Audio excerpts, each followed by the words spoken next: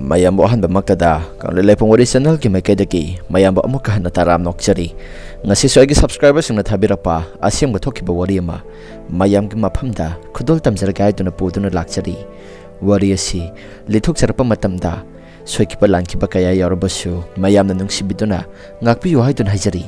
aduga amana channel asibo mapung phambada saruk yabibo oina adomadumgi mamal yamlaba like amadi subscribe share tobiramo haidun haijari adadi wari shaujaraki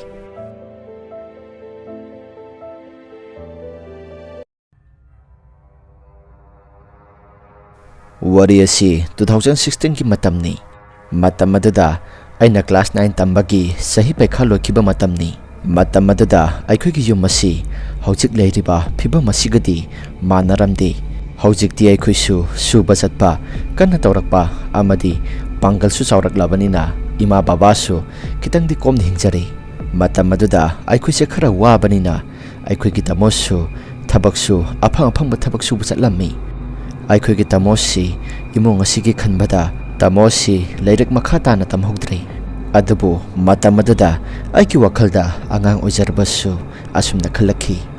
aikhogi imongna wariba paisa paitribasi aiki matamda paisa paiba misak ama oiduna imong asi mayamna ijat sanman tongnaba imong ama ohengi haiduna aiki wakhalda khanjaki paisa yamna kana talaba matungda asumna sahigi oina pangthokpa final exam su loikre class 9 ge adamna final exam su hek loikibaga aina imaga babaga da tamona thabak suba sakadoriba mapham asida aisu suba satki haiduna imaga babaga da ngarang nglammi aigi ningai sakriya da babaga imaga su khang bangam dabadaki tamogi matung inaraga thabak suba satpa adusu yarakle adubu tamona di asumna hairakhi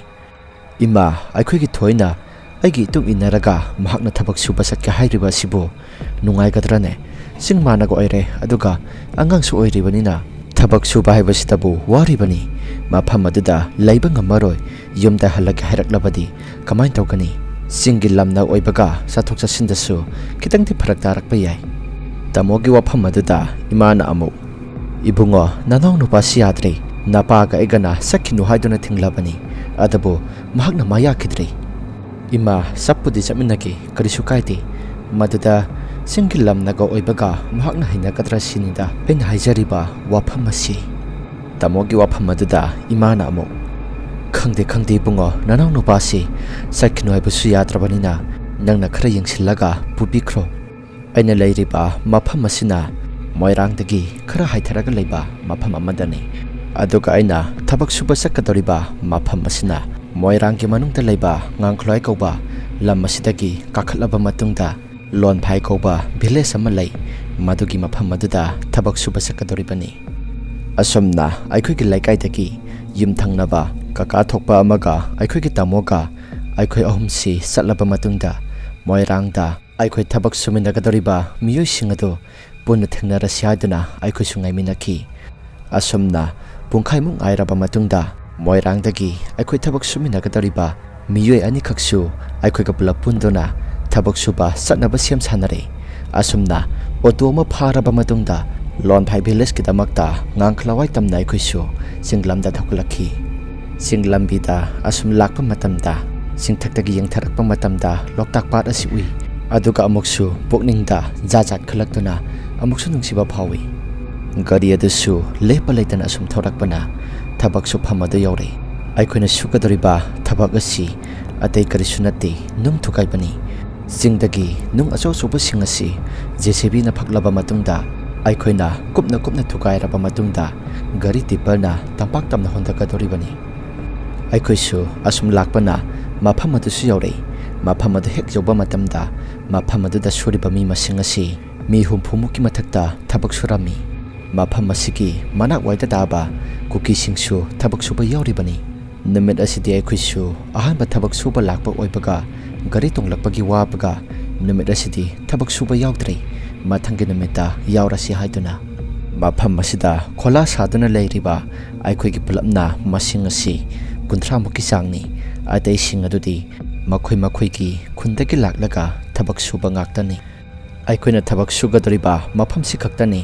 khara tawkhai ki bagi lamhangone tawri basi atei kitang hi hajing ki badadi khara yamna sukpa jaga matek mateksu yamna yauribani aikhoigi lamdagi lakpa sing aduga hana mafam asida leiramba miyo sing asigadi kaya kanade wari sanade adubu aikhoiga lakminaba ahal amagadi wari phajana sanaki hana mamang thakta khangnarakpa amagi mawongkumna adubu tamo ibanidi hana leiramba miyo singtuga kaya kanna wari sanaramde aina tamoda asumna hai tamo mafam asi aikhoina suriba mafam sikaktani ihang khangliba si atai kitangi sathokibada aina uba matamda matek mateki jaga khudingi asuka matek mateksu leiba mali aiki wafam aduda tamona amuk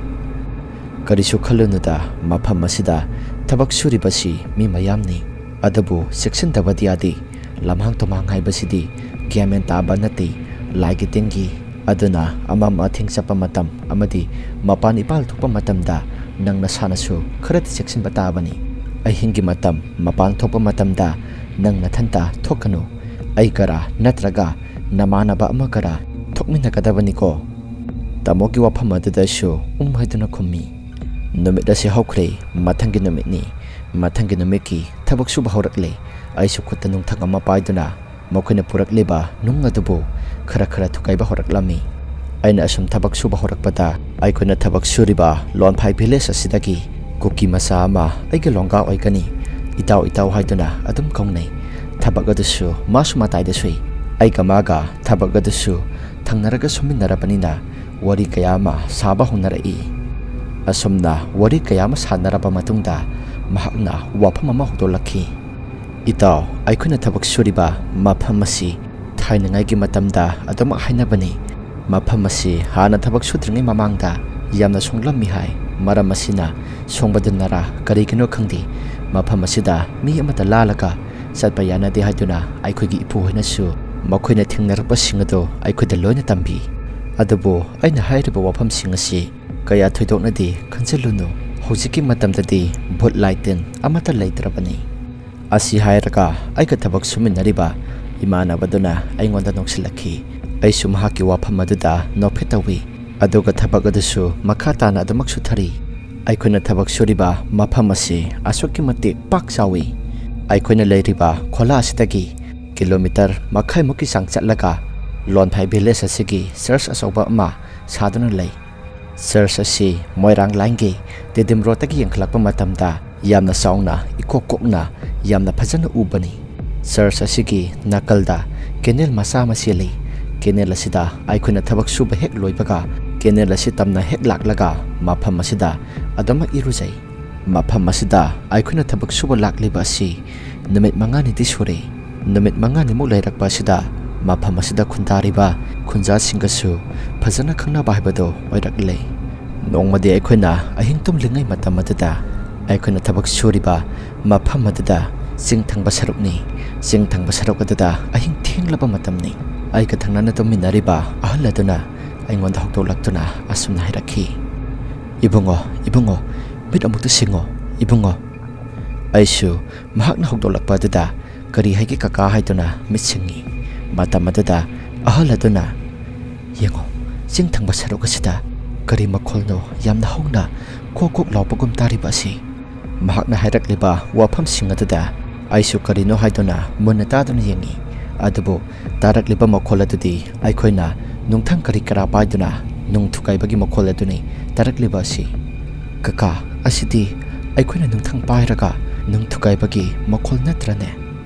aiki wafam aduda kaka aduna su hoini aisu adumna taini ngasaidagi aiti tumdribani tumthapa yade haiduna lehringai tanja asida sumaina taraklibani atai tuminariba miyusing asi hokdoktuna amuktangda yiglosi asi haiduna atai tuminariba miyusing adasu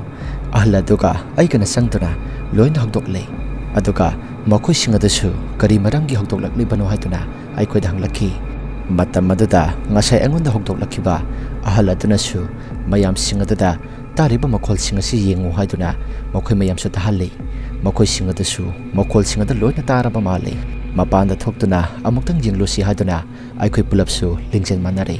adamna hainaraba matungda kholagi thongadasu tapna hangtoklaba matungda mapanda thoktuna akoi baduda torchlight kapsinduna leiduna yangi Matam adada makhol di asum tai adubu masak di sungu uba phangdi adumna karigumba amata uba phangtabaduda aikhoi ka thabak suminariba iyamba amana kari matongno sibo tamnariba haibadura era mafam isha sadana karan yamna taida asi hairaga iyambaduna makhong manakta taba leitum ama khungatlaba matungda matin sichilaga makholaduna tarakliba maikai aduda nungtumado yamna kana hunki adamna hunkibadagi tarakliba makhol singadusu amata tarakhidre aikhoi kholada sangnara siaduna damin sangnarai mayam singadusu bhab oidabana rakhandi duk tharaga nungaina tumna kadaba adu duk adasu amata punaraktre asum naikhoi kholada sangnaraklaba matungda magi maphamda tumnaba loina tonglare ngihak leiragadi aikhoi loina tumthanare nongalam daigi matamni nongalam daigi matam asida ngasai tin sichilaga nungtum langkhiba iyambado morom solaga mi maka wari sanaba ki type tawba horakhi matawadada manakta leiriba ahal adunasu nom dana hutoi adabo morom soleba iyambadadi pak hekta kolakti adamna koba tamalaktabadada manakta leiriba ising bottle adada makhuta ising khara haidoklaba matungda iyambaduki mamai tamna ising adu khikjili mataw adamna hek tokhibadagi iyambadusu khangboi kariboy masado aphinga phaiona complete khanglaga hogolakhi iyambaduna adamna hek hogolakpaga nangna ahingda murum sontana nganglebado karino hayo haidon hangi matam madada iyambaduna yamna ngakpa pakhum amada asumna pirakhi kari hainabu tamgadoino khangtreda aigi mangasi makumangne haigaduribra aikhoi mayamnasu kari mangno hayo haidon hangi matam madada iyambaduna aikhoi leiriba khola asike koibada nupi ama koisa satuna adom lei aisu matawadada khola asik mapanda thoktuna kaidawraki haidon hangi nupi aduna karimta ngangdebida aiki mang tharaga adom chatli aisu ibema nangbu kanano kariming kauke haiduna aisu magi matungda ko inaraga salam libani aikhoi mayam sangduna nupi adudi masak khanghau para haidon hangi matam madada iyambaduna as kaidenoda nupi adudi masak amata khanghautre mama su leitholakte wafam adu hekta baga aikhoi mayam nasu iyambadada nang laina sian tawre haduna phagi tawrami numidang ki matam masida iyambadasu saksab loinaraba matungda aikhoi magi maphamda loina tum sangnare ahingi matam adada iyambaduna mapanda thokluba male mahaksu yamna kana lauraga mapana adada sablepkhre aikhoi mana kana laukhibadada haipetaraduna mapanda thoktuna yingloba matamda iyambadudi mami mana ngorong onkhatuna matin adasu kongon bungbung kaba makai leiba thingnakhi matawadudai khoisu khola manungda pusilaba matungda mahaksu yamna laikatnakhi mahakna tasiliba khutum adasu aikhoi mayam changduna setokna bohonakhi khutum adasu aikhoi mayam changduna namduna setokpa ngamlei aduga mahaksu gyan tanabani haituna khoisu yamna kana laikatnari asumna yamna wana hotnaraba matungda iyambadasu khara gyan tarakle adabo magi masada morom sombadi sungleplepte mapanda nupi malai haiduna masinda sombadi sungleplepte matawaduda khusu kari tawgadabano haiba khanglamdi nonganba phawbadi warasu wana ngaiminarasi haiduna aikhoi mayam sungaiminarami ahinga sidi sungtumtum dehba yai asumna nongalaba matungda iyambasisu mahaki mayumga pau phongnaraba matungda mayumda thingkre iyambasi sakraba matungda ahing khudingi mafam masida karino khangdaba mina sapagi makhol yamna takhi adabu mayam pulap leibanina kaya thoidokna di khankidre asumna thakai moki maya sidi asum nungti khudingi adam tawrakle adamna nungti ki tawraklabanina aikhusu kaya hinjinna kibadi phoraktre ahan badadi yamna kijarambani nongmadi aikhusu ayuki thabak suba toklaba matungda saksabaki break piringai matamni aikhoigi yumthangnabagi kaka aduni aikhoisu loktak par adu yenglaga asumna wari sandarami kaka aiti mafam asi nungbudi nungai haibabu tawrakliba mataw kaya singsida aiti tanbu talaklabani thabak suriba si thasi hek phabaga aisu yumda halagi haiduna khalle aikhoi tamodasu wafam ase khangan krabani aiki wafam ado taruba matamda kaka aduna phaki tawrakhi ꯍꯦꯔꯥ ꯑꯗꯨꯒꯤ ꯋꯥꯕꯨ ꯚꯥꯔꯥꯁꯨ ꯑꯃꯠꯇ ꯂꯩꯅꯗꯦ ꯁꯈꯨꯟꯗ ꯆꯪꯂꯒ ꯃꯣꯔꯣꯛ ꯑꯁꯨꯕꯗꯣ ꯐꯖꯅ ꯊꯤꯠꯂꯕ ꯃꯇꯨꯡꯗ ꯃꯤꯠꯇꯔꯥ ꯀꯗꯥꯏꯗꯅꯣꯝ ꯍꯩꯖꯤꯜꯂꯒ ꯇꯝꯄꯥꯛ ꯇꯝꯅ ꯆꯦꯟꯊꯈ꯭ꯔꯒ ꯂꯣꯏꯔꯦ ꯀꯩꯅꯣ ꯚꯥꯔꯥ ꯇꯤꯡꯗꯕꯤ ꯑꯗꯨꯅ ꯐꯔꯕꯅꯤ ꯑꯁꯤ ꯍꯥꯏꯅꯔꯒ ꯏꯕꯥꯅꯤꯁꯨ ꯅꯣꯛꯃꯤꯟꯅꯩ ꯅꯨꯃꯤꯠ ꯑꯁꯤꯒꯤ ꯅꯨꯃꯤꯗꯥꯡꯅꯤ ꯂꯣꯟꯐꯥꯏ ꯚꯤꯂꯦꯖꯇ ꯂꯩꯔꯤꯕ ꯈꯨꯟꯖꯥ ꯑꯃ ꯄꯥꯝ ꯌꯥꯝꯕ ꯆꯠꯂꯨꯕꯗꯒꯤ ꯂꯥꯏ ꯇꯣꯡꯂꯛꯂꯦ ꯍꯥꯏꯗꯨꯅ ꯃꯈꯣꯏ ꯃꯌꯥꯝ ꯆꯪꯗꯨꯅ ꯊꯥꯡꯗꯨꯅ ꯄꯨꯔꯛꯈꯤ ꯑꯩꯈꯣꯏꯁꯨ ꯃꯇꯝ ꯀꯨꯏꯅ ꯂꯩꯃꯤꯟꯅꯔꯛꯂꯕꯅꯤꯅ ꯅꯨꯡꯁꯤꯅꯕ ꯍꯥꯏꯕꯗꯨ ꯑꯣꯏꯔꯛꯂꯦ ꯑꯗꯨꯅ ꯆꯪꯂꯤꯕ ꯂꯥꯏ ꯑꯗꯨ ꯇꯥꯟꯊꯣꯛꯅꯕꯅꯤ ꯍꯥꯏꯗꯨꯅ ꯃꯈꯣꯏꯒꯤ ꯄꯥꯁꯇꯔ ꯑꯃ ꯀꯧꯔꯒ ꯂꯥꯏꯒꯤ ꯑꯣꯏꯕ ꯊꯧꯔꯝ ꯀꯌꯥ ꯑꯃ ꯇꯧꯔꯝꯈꯤ ꯑꯗꯨꯕꯨ ꯂꯥꯏ ꯇꯣꯡꯂꯤꯕ ꯅꯨꯄꯤ ꯑꯗꯨꯗꯤ ꯐꯕꯗꯤ ꯂꯥꯏꯔꯗꯅ ꯍꯦꯟꯅ ꯐꯤꯕꯝ ꯁꯣꯛꯆꯤꯜꯂꯛꯈꯤ ꯅꯣꯡꯃꯅ ꯃꯄꯥꯟꯗ ꯊꯣꯛꯂꯒ ꯆꯦꯟꯈꯤ ꯍꯥꯏꯗꯨꯅ ꯃꯈꯣꯏ ꯃꯌꯥꯝ ꯆꯪꯗꯨꯅ ꯇꯥꯟꯅꯗꯨꯅ ꯐꯥꯈꯤ ꯃꯈꯣꯏꯅ ꯐꯅ ꯀꯟꯅ ꯅꯨꯄꯤ ꯑꯗꯨꯕꯨ ꯐꯅꯕ ꯍꯣꯠꯅꯔꯕꯁꯨ ꯐꯕꯗꯤ ꯁꯨꯡꯉꯝ ꯍꯦꯛꯇ ꯉꯝꯗꯦ ꯑꯗꯨꯝꯅ ꯐꯕ ꯉꯝꯗꯕꯗꯨꯗ ꯅꯨꯄꯤ ꯑꯗꯨꯒꯤ ꯃꯄꯥ ꯑꯗꯨꯁꯨ ꯌꯥꯝꯅ ꯃꯊꯥ ꯁꯥꯔꯝꯃꯤ ꯅꯨꯄꯤ ꯑꯗꯨꯁꯨ ꯂꯩꯁꯥꯕꯤ ꯃꯆꯥꯅꯤ ꯑꯗꯨꯒ ꯑꯃꯔꯣꯝꯗꯅ ꯀꯝꯗꯧꯔꯤ ꯑꯩꯈꯣꯏꯁꯨ ꯑꯍꯤꯡ ꯈꯨꯗꯤꯡꯒꯤ ꯃꯈꯣꯜꯁꯤꯡ ꯇꯥꯔꯝꯕꯁꯤꯡ ꯑꯗꯨꯁꯨ ꯃꯗꯨꯗꯒꯤ ꯍꯦꯟꯗꯣꯛꯇꯅ ꯑꯍꯤꯡ ꯈꯨꯗꯤꯡꯗ ꯑꯩꯈꯣꯏꯅ ꯇꯨꯝꯂꯤꯕ ꯈꯣꯂꯥꯗꯨꯒꯤ ꯊꯣꯡ ꯑꯗꯨꯁꯨ ꯊꯤꯟꯕ ꯀꯥꯎꯕ ꯃꯤ ꯑꯃꯅ ꯍꯥꯡꯗꯣꯛꯑꯣ ꯍꯥꯏꯕꯒꯤ ꯃꯑꯣꯡꯗ ꯇꯧꯕ ꯌꯥꯝꯅ ꯀꯟꯅ ꯍꯧꯔꯛꯈꯤ ꯂꯥꯏ ꯑꯣꯛꯅꯔꯨꯕꯗꯒꯤ ꯌꯨꯝꯗ ꯀꯨꯝꯈꯤꯕ ꯏꯌꯥꯝꯕꯗꯨꯁꯨ ꯃꯁꯥ ꯉꯝꯗꯦ ꯍꯥꯏꯗꯨꯅ ꯁꯤꯗꯗꯤ ꯁꯨꯡꯀꯥ ꯀꯥꯔꯛꯈꯤꯗ꯭ꯔꯦ ꯑꯃꯨꯛ ꯍꯟꯅ ꯂꯥꯛꯑꯔꯣꯏ ꯍꯥꯏꯗꯨꯅ ꯃꯐꯝ ꯑꯁꯤꯗ ꯑꯁꯨꯝꯅ ꯂꯥꯏ ꯇꯣꯡꯂꯤꯕ ꯅꯨꯄꯤ ꯑꯗꯨꯁꯨ ꯃꯍꯥꯛꯅ ꯇꯧꯔꯤꯕ ꯃꯑꯣꯡ ꯃꯇꯧ ꯀꯌꯥꯁꯤꯡ ꯑꯗꯨꯗ ꯌꯦꯡꯕ ꯉꯝꯗꯕꯗꯒꯤ ꯑꯩꯈꯣꯏꯒ ꯊꯕꯛ ꯁꯨꯃꯤꯟꯅꯔꯤꯕ ꯃꯥꯃ ꯑꯃꯅ ꯃꯍꯥꯛꯀꯤ ꯃꯄꯥꯗ ꯑꯁꯨꯝꯅ ꯍꯥꯏꯈꯤ ꯏꯇꯥꯎ ꯏꯆꯥꯅꯨꯄꯤ ꯑꯁꯤꯅ ꯇꯧꯔꯤꯕ ꯑꯁꯤ ꯌꯦꯡꯕꯗꯤ ꯌꯥꯝꯅ ꯅꯨꯡꯉꯥꯏꯇꯦ ꯏꯇꯥꯎ ꯍꯣꯏꯅꯗꯤ ꯍꯣꯠꯅꯔꯤ ꯍꯥꯏꯕꯕꯨ ꯃꯩꯇꯩꯒꯤ ꯃꯥꯏꯕ ꯑꯃ ꯀꯧꯔꯒ ꯌꯦꯡꯍꯟꯁꯤꯔꯥ ꯅꯨꯄꯤ ꯑꯗꯨꯒꯤ ꯃꯄꯥꯗꯨꯅꯁꯨ ꯍꯣꯏ ꯍꯥꯏꯗꯨꯅ ꯈꯨꯝꯃꯤ ꯑꯗꯨꯒ ꯅꯨꯄꯤ ꯑꯗꯨꯒꯤ ꯃꯄꯥꯗꯨꯒ ꯃꯥꯃꯗꯨꯒ ꯆꯤꯡꯈꯣꯡꯗ ꯀꯨꯝꯊꯔꯒ ꯃꯩꯇꯩꯒꯤ ꯃꯥꯏꯕ ꯑꯍꯤꯕ ꯑꯃ ꯀꯧꯔꯒ ꯅꯨꯄꯤ ꯃꯆꯥꯗꯨꯕꯨ ꯌꯦꯡꯍꯜꯂꯤ ꯑꯗꯨꯝꯅ ꯌꯦꯡꯍꯟꯕ ꯃꯇꯝꯗ ꯅꯨꯄꯤ ꯃꯆꯥꯗꯣ ꯍꯧꯔꯦꯟ ꯃꯁꯝ ꯄꯨꯕꯤ ꯑꯣꯛꯅꯕꯅꯤ ꯍꯥꯏꯗꯨꯅ ꯃꯩꯇꯩꯒꯤ ꯃꯥꯏꯕꯗꯨꯅ ꯀꯔꯤꯅꯣ ꯃꯥꯒꯤ ꯇꯧꯒꯗꯕ ꯃꯊꯧ ꯃꯉꯝ ꯂꯣꯏꯅ ꯇꯧꯗꯨꯅ ꯅꯨꯄꯤ ꯃꯆꯥꯗꯨꯕꯨ ꯅꯨꯃꯤꯠ ꯍꯨꯝꯅꯤꯒꯤ ꯃꯇꯨꯡꯗ ꯒ꯭ꯌꯥꯟ ꯇꯥꯍꯜꯂꯝꯃꯤ ꯑꯗꯨꯝꯅ ꯈꯨꯔꯝꯂꯕ ꯃꯇꯨꯡꯗ ꯅꯨꯄꯤ ꯑꯗꯨꯁꯨ ꯍꯦꯛ ꯐꯈꯤꯕꯒ ꯃꯄꯥꯗꯨꯅ ꯌꯥꯝꯅ ꯍꯔꯥꯎꯗꯨꯅ ꯃꯥꯏꯕꯗꯨꯗ ꯗꯈꯤꯅ ꯌꯥꯝꯅ ꯆꯥꯎꯅ ꯀꯠꯂꯝꯃꯤ ꯃꯁꯤꯒꯤ ꯃꯇꯨꯡ ꯇꯥꯔꯛꯄꯗ ꯑꯩꯈꯣꯏꯁꯨ ꯊꯕꯛ ꯑꯗꯨ ꯃꯈꯥ ꯇꯥꯅ ꯃꯐꯝ ꯑꯁꯤꯗ ꯁꯨꯔꯒꯨꯝꯁꯤ ꯍꯥꯏꯗꯨꯅ ꯑꯩꯈꯣꯏꯒ ꯂꯥꯛꯃꯤꯟꯅꯕ ꯃꯤꯑꯣꯏꯁꯤꯡ ꯑꯗꯨꯁꯨ ꯄꯨꯂꯞ ꯍꯥꯏꯅꯔꯤ ꯑꯗꯨꯒ ꯃꯣꯍꯣꯔꯤꯗꯒꯤ ꯑꯩꯈꯣꯏꯒꯤ ꯂꯧꯐꯝ ꯊꯣꯛꯄ ꯑꯩꯈꯣꯏꯒꯤ ꯈꯨꯠꯁꯨꯃꯜ ꯑꯗꯨ ꯂꯧꯔꯕ ꯃꯇꯨꯡꯗ ꯌꯨꯝꯗ ꯍꯜꯂꯛꯈꯤ ꯑꯩꯈꯣꯏꯅ ꯌꯨꯝꯗ ꯍꯜꯂꯛꯇ꯭ꯔꯤꯉꯩ ꯆꯩꯔꯛ ꯑꯁꯤꯗ ꯃꯐꯝ ꯑꯗꯨꯗ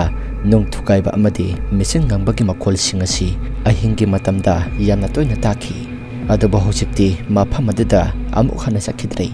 ꯇꯤꯗꯤꯝ ꯔꯣꯗꯇꯒꯤ ꯌꯦꯡꯈꯠꯄ ꯃꯇꯝꯗ ꯆꯔꯆ ꯑꯗꯨ ꯍꯦꯛ ꯎꯕ ꯃꯇꯝꯗ ꯃꯃꯥꯡꯊꯛꯇ ꯊꯣꯛꯈ꯭ꯔꯤꯕ ꯄꯨꯝꯅꯃꯛꯁꯤꯡ ꯑꯗꯨ ꯂꯣꯏꯅ ꯃꯤꯠꯃꯥꯡꯗ ꯄꯔꯦꯡ ꯎꯔꯛꯏ ꯍꯧꯖꯤꯛꯇꯤ ꯑꯩꯁꯨ ꯃꯣꯏꯔꯥꯡ ꯀꯣꯂꯦꯖꯇ